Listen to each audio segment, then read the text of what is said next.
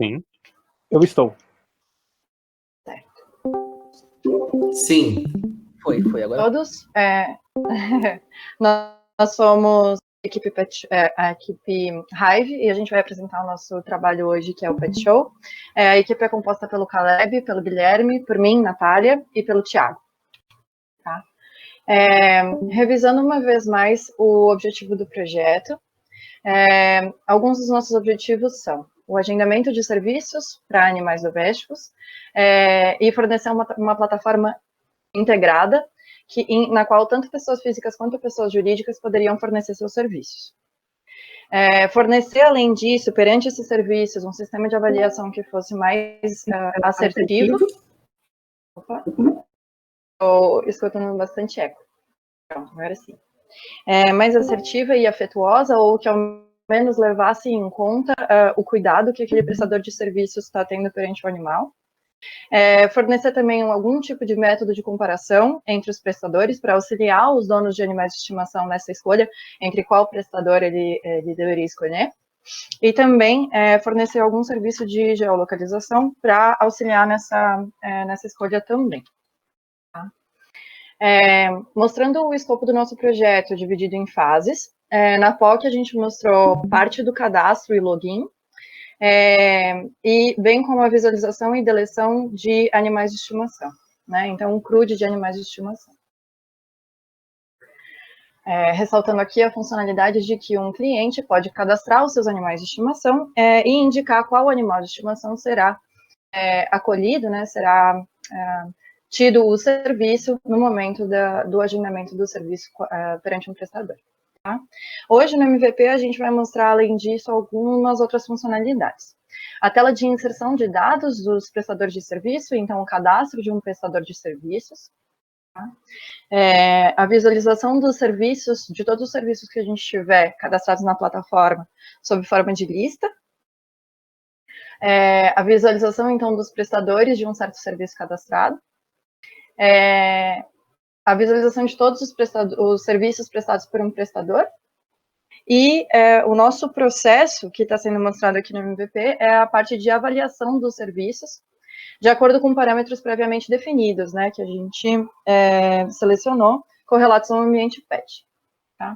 Para o produto final ainda, nós vamos fazer no próximo semestre a parte de filtragem e ordenação dos prestadores, né, de alguns certos serviços selecionados, a parte de agendamento dos serviços, de comparação dos prestadores de serviço, visualização em geolocalização e de negociação do preço. Tá? Alô, estão me ouvindo? Sim. Então, a arquitetura do sistema a gente vai usar em cliente-servidor. Duas aplicações estarão hospedadas no Heroku, uma com a parte do front-end e outra do back-end. No front-end vai ter o Angular com algumas ferramentas integradas a ele para a composição das telas, né, que é o Angular Material para os componentes, o Sass para o estilo, o Express para algumas necessidades que a gente teve relacionadas à rota, e a gente montaria uma PWA. E aí o back-end teria o Java com Spring, usando o Hibernate também para o mapeamento do objeto relacional lá.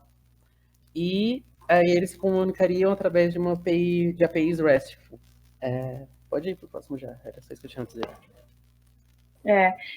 Em breve a gente vai mostrar a aplicação para vocês, né, fazer uma demo da aplicação como ficou no MVP, mas antes a gente queria contar algumas lições aprendidas, tá?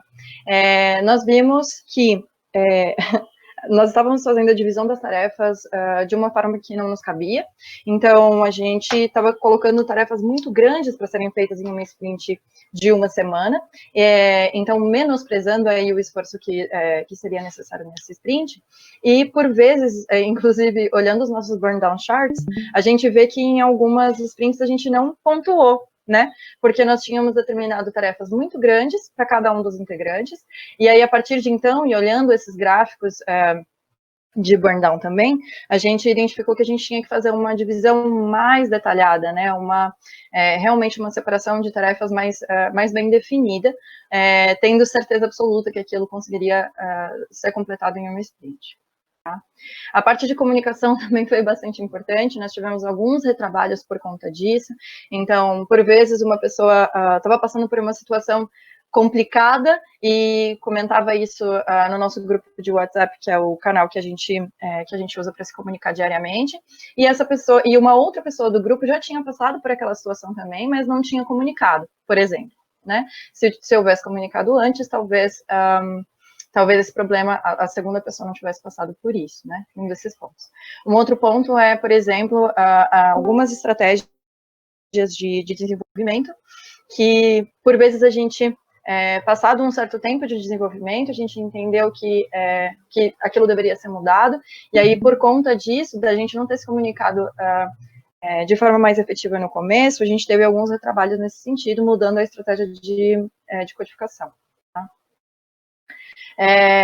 A parte de telas e documentação a gente entendeu que foram bastante positivas, então nós fizemos os mockups da aplicação, justamente para dar maior claridade para todos de quais eram as funcionalidades que seriam feitas e como elas deveriam ser feitas. E a parte de documentação, né, ter feito todo o diagrama de classes no começo do projeto, ou ao menos das funcionalidades que a gente realmente ia fazer agora no começo, nos ajudaram bastante, porque por vezes a gente consultava aquela documentação para ter um guia, para ter um norte, né, para que para que cada pessoa que fosse codificar não precisasse reinventar a roda, entre aspas, né? Isso também teve alguns pontos negativos no momento em que uma pessoa não seguisse aquela documentação. A gente ficava um pouco perdido, né? Os demais integrantes ficavam um pouco perdidos no sentido de mas o que eu estou vendo aqui não está na documentação, como que funciona? Então a gente está aprendendo aí a lidar com essa parte de documentação para realmente passar a apenas nos ajudar e não nos atrapalhar, né? E também queria ressaltar para vocês que um dos nossos descartes, inclusive a gente ressaltou isso no nosso texto, foi o Cucumber.